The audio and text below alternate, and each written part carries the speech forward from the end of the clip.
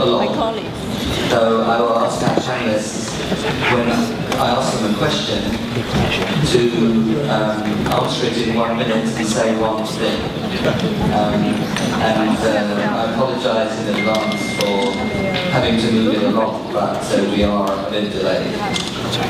But it's a very special occasion. We're launching a very important report, the State of City Climate Finance. That's why we're here. It's a report of real substance, and what we're going to do this evening is try to understand and comment on that report. And we're very fortunate in having with us the Secretary General of the United Nations, and Mr. Ban Ki-moon, and he will speak to us first. He then has to depart right afterwards. Thank you very much, Secretary General, for being with us this evening, and I'd like to ask you to address us, please.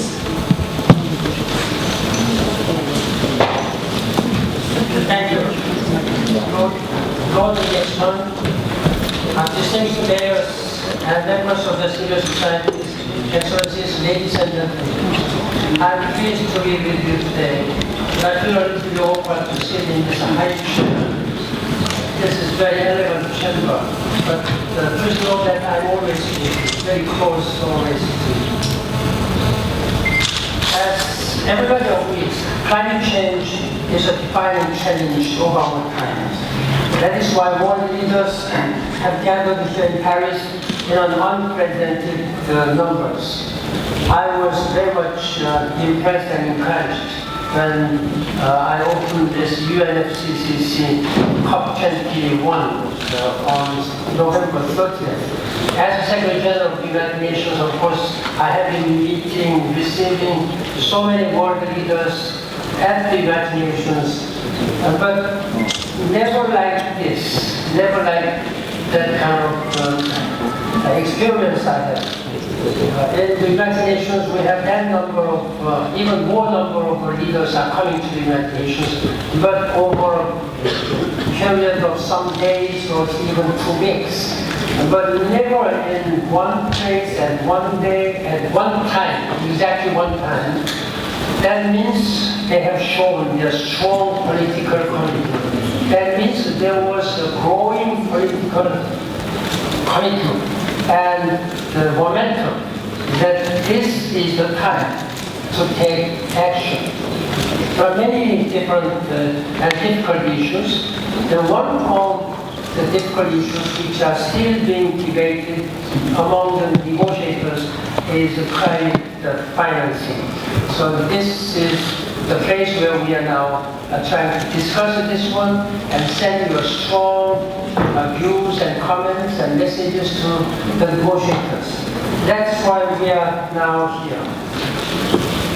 The global response to climate change must include robust action by cities. And just coming from together with you, the summit of leaders, local leaders, elected leaders.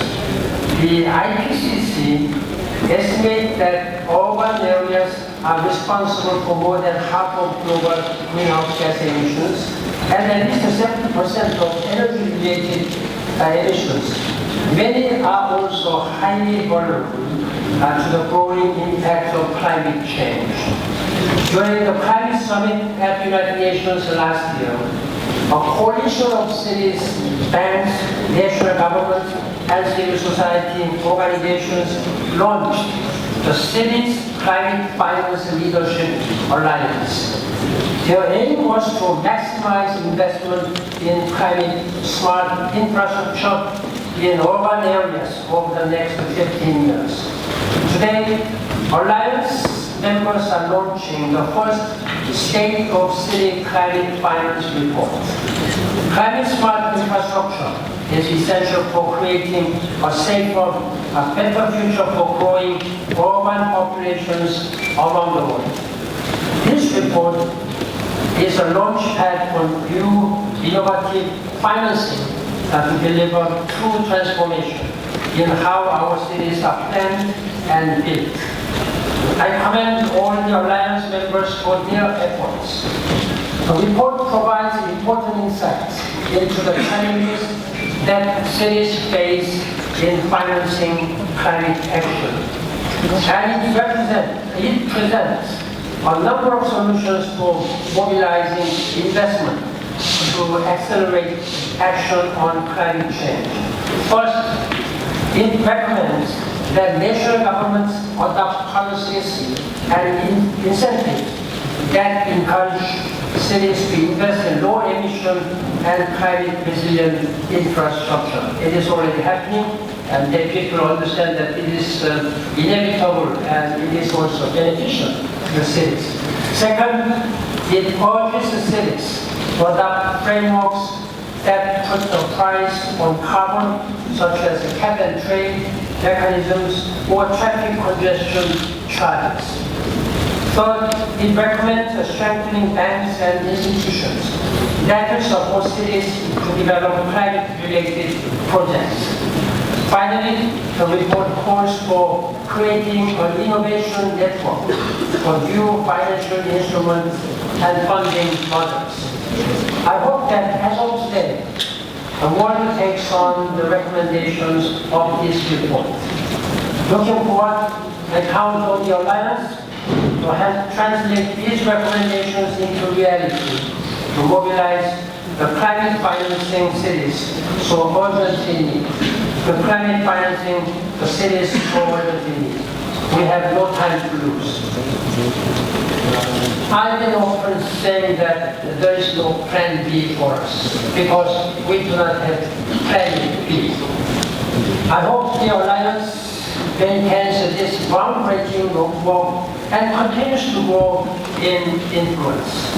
I commend the Alliance for its leadership and commitment, and I wish you all the best. Let's work together to make this world better for us, for our succeeding generations, and for our friends. Thank you. That's it.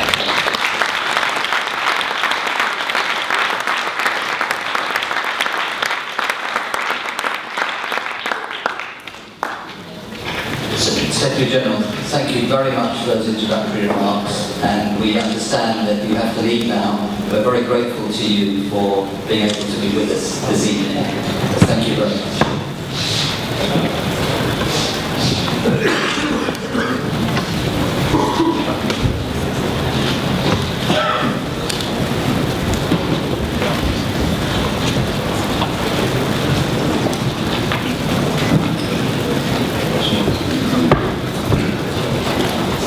So thank you again, Secretary General.